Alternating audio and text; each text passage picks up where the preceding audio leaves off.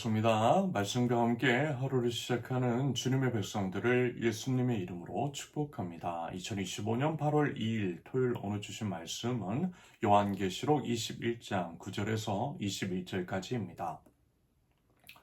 일곱 천사가 마지막 때에 일곱 재난이 가득 담긴 일곱 대접을 가졌는데 그 가운데 하나가 나에게로 와서 말하기를 이리로 오너라, 어린 양의 아내인 신부를 너에게 보여주겠다 하고 나를 성령으로 휩싸서 크고 높은 산 위로 데리고 가서 하나님께로부터 하늘에서 내려오는 거룩한 도성 예루살렘을 보여주었습니다.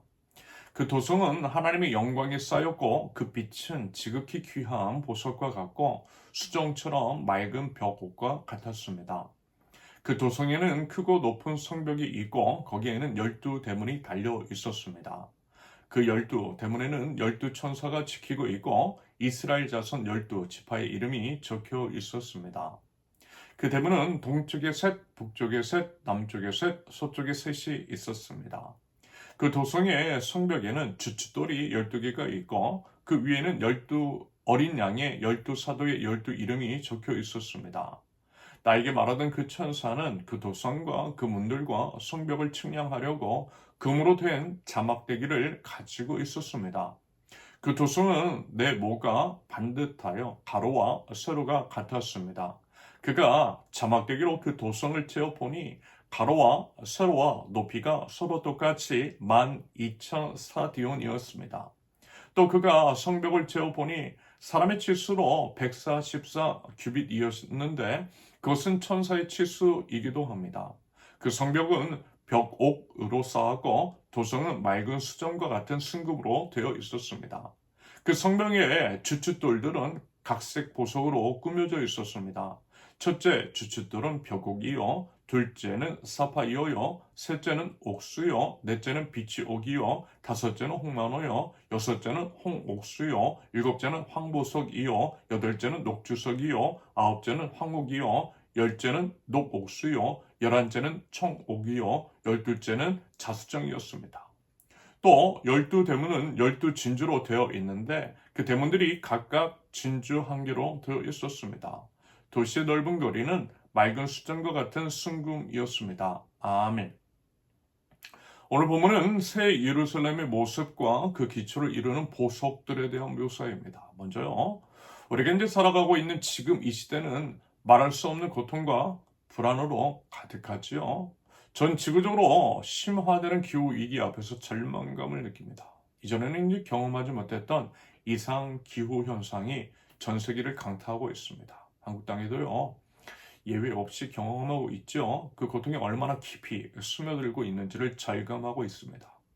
몇 달 전에 산불, 그리고 이제 근래의 기록적인 집중호우, 그로 인해서요, 많은 사상자가 발생했습니다. 불과 물로 인해서 사랑하는 가족과 이웃과 삶의 터전을 잃어버렸어요. 이와 같은 비극적인 소식은요, 우리에게 이제 깊은 슬픔과 함께 이 땅의 모든 것이 얼마나 연약하고 덧없는 것인지를 다시금 깨닫게 합니다. 자연의 위력 앞에서 무력함을 느끼지 않아요? 우리 노력만으로는 결코 이 모든 것을 감당할 수가 없음을 고백합니다. 이처럼 예측 불가능한 자연재해와 날마다 이제 들려오는 고통의 소식은요, 우리로 하여금 이와 같은 질문을 던지게 하는 것 같습니다. 과연 이 땅에 희망이라고 하는 것이 있는가? 바로 이러한 때에 여러분 우리는요, 오늘 본문을 통해서요, 하나님의 희망 붙들어야 돼요. 희망의 비전을 붙들어야 합니다. 요한은 환상 가운데에 하늘에서 내려오는 거룩한 성, 새 예루살렘을 목격합니다. 본문 9절에서 그전에는 재앙을 담았던 천사, 다시 말해 환란과 심판의 메시지를 전했던 그 천사가 이제는 뭐예요? 희망과 구원의 메시지를 전하고 있어요. 같은 입으로 다른 얘기를 하고 있다는 거예요. 결국 이 또한 우리에게 자주 나누었던 하나님의 본심, 하나님의 본심과도 연결이 되는 것이겠죠. 하나님의 본심은 뭐라고요? 징계와 심판이 아니라 회개와 회복이다라는 것입니다. 하나님은요, 한 사람이라도 더 구원받기를 원하시는 우리 주님이었어요. 그러면서 이제 본문에서 말씀하고 있는 새 예루살렘은 단순한 도시가 아니죠. 본문 10절의 표현처럼 하나님께로부터 내려오는 도성이며 하나님의 영광으로 가득한 곳입니다. 한편 본문 11절에서는 이렇게 말씀합니다. 그 도성은 하나님의 영광에 쌓였고 그 빛은 지극히 귀한 보석과 같고 수정처럼 맑은 벽옥과 같았습니다. 이와 같은 묘사는 산불이나 집중호우와 같은 자연재해로 인해서 삶의 터전이 무너져 내리는 현실 속에서요, 우리에게 이제 참된 위로와 소망이 되는 것 같습니다. 결국에는 뭐라는 얘기예요? 회복될 우리의 모든 것이라는 의미일 것입니다. 여러분 부디요, 그 믿음과 소망으로 우리 하나님께서 모든 것들을 회복시켜 주실 것이라는 그 믿음과 소망으로요, 우리에게 닥친 어려움들을 잘 극복해낼 수 있기를 바랍니다. 이어서 새 예루살렘의 성벽과 12 주춧돌에 대한 묘사입니다. 여기서 이제 12 보석으로 된 주춧돌은 12지파와 신약의 이제 12 사도를 상징하지요. 이것은 결국 하나님의 구원 역사를 통해서 세워진 교회를 의미합니다. 아울러 각각의 보석은 독특한 아름다움과 견고함을 지니고 있는데요. 이것은 하나님께서 당신의 이제 백성들을 얼마나 귀하게 여기시는지, 그리고 이제 그들을 통해서 이루실 구원의 역사가 얼마나 견고하고 영원한 것인지를 보여주는 상징으로 해석이 됩니다. 여러분, 오늘날 이제 우리가 겪고 있는 기후 위기와 같은 암울한 현실은 우리 이제 삶의 기반을 흔들고 우리 믿음마저 흔들리게 할 수 있다라고 봅니다. 하지만요, 새 예루살렘의 주춧돌이 보석으로 되어 있듯이 우리 믿음의 기초는 뭐예요?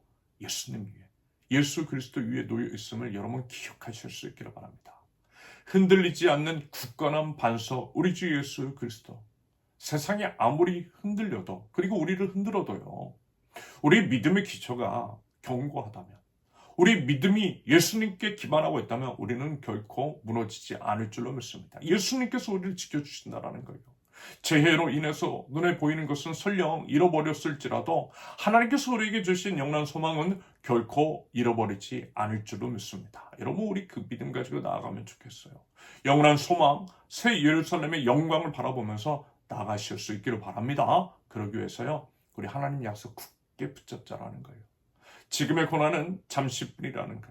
하나님께서 모든 아픔과 눈물과 상처를 회복시켜 주시고 모든 것들을 새롭게 해 주실 것입니다. 왜요? 하나님께서 약속해 주셨기 때문입니다. 그 약속의 말씀 붙잡자라는 거예요.